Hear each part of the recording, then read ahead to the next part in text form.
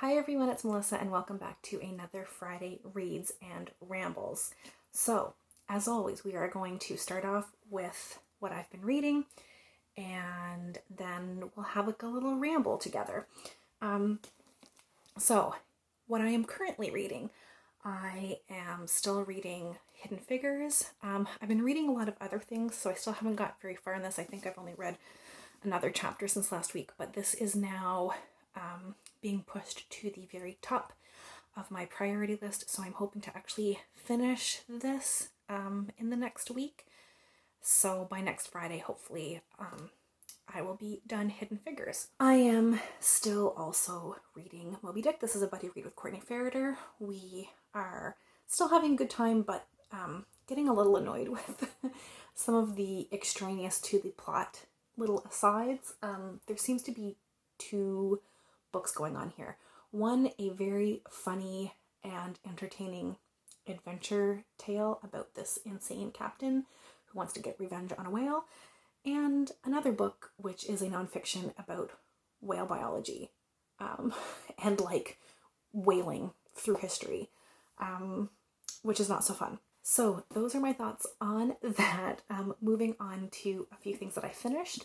I finished, not this whole book, I read A Streetcar Named Desire, and I did a whole vlog of me reading that play.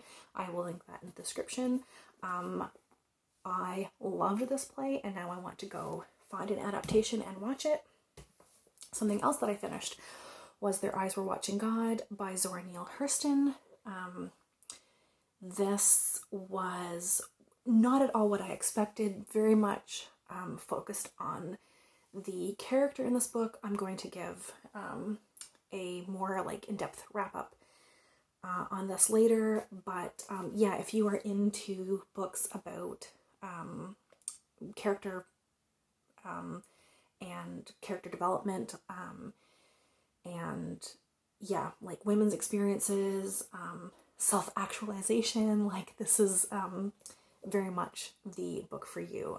It follows one woman, her various relationships, and her becoming more and more who she wants to be. Anyway, so glad I finished that. I am looking forward to also picking up some more Zora Neale Hurston in the very near future, hopefully. And I am proud to say that I have finally finished The Dragonbone Chair. The last 100 pages of this, I actually like really loved. I had been liking this book for the most part, and the ending, the last like 100 pages, really pulled it together for me.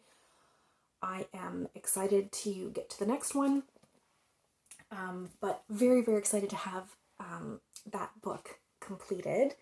And so that brings me on to what I will be reading next week. So I'll be continuing with Moby Dick and Hidden Figures, and I will be starting this weekend.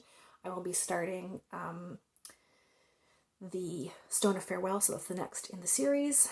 And yeah, I'm more invested in the characters now and just very much looking forward to continuing with this trilogy. And there was something else I was going to be starting. I don't have a physical copy. What was it? Oh, on audiobook.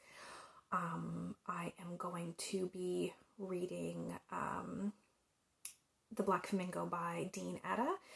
So this is a YA novel in verse about a young man who is mixed race, gay, and his growing up and becoming like a drag performer. So that concludes the book portion of today's video.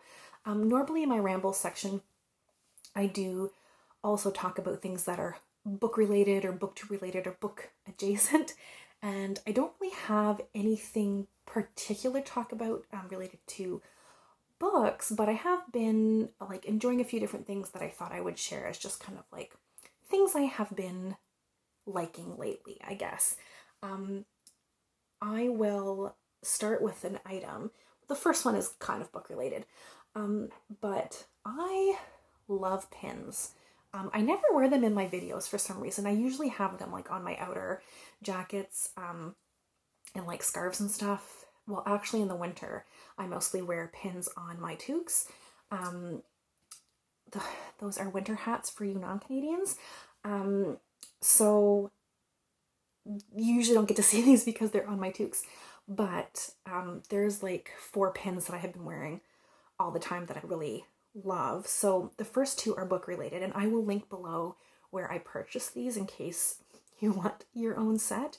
But the first, I think these came in a set, but there's like, they had like a Dystopian, I guess, set. So I'll try to show you, but I film on my phone, so the quality might not be the best. So if it's not, I will insert a better picture of these. Yeah, so you're not going to be able to see this that well, but from The Handmaid's Tale, I don't know how to pronounce this, Nolite te bastardes cobradorum. Don't let the bastards get you down, I think is the rough translation. So there you go. There's that one. And the other one in the like Dystopian collection was this one from 1984. It says Thought Criminal. And then the other 2 pins I wanted to show you, which are actually my 2 favorite pins right now. They are not book related. But one of my favorite movies of all time is Jurassic Park. And I saw these and I wanted them so badly. So I treated myself. So I've been wearing this one a lot. This one says Clever Girl. And this one I think might be my actual favorite pin, but it is Dr. Ian Malcolm, aka Jeff Goldblum, saying life finds a way. This one just tickles my funny bone. I haven't been brave enough to put this on my toque yet because I don't know. It's like Jeff Goldblum, but it is my favorite one, so I'm gonna wear that one out next. We're gonna get over myself and wear what I want to wear. And then the other couple of things that I've been really enjoying lately are all like online things, and I will link all of them below. Podcasts that I've been listening to this podcast for years, but my husband and I have been listening to it a lot more frequently lately, and that's Sawbones. Their tagline is a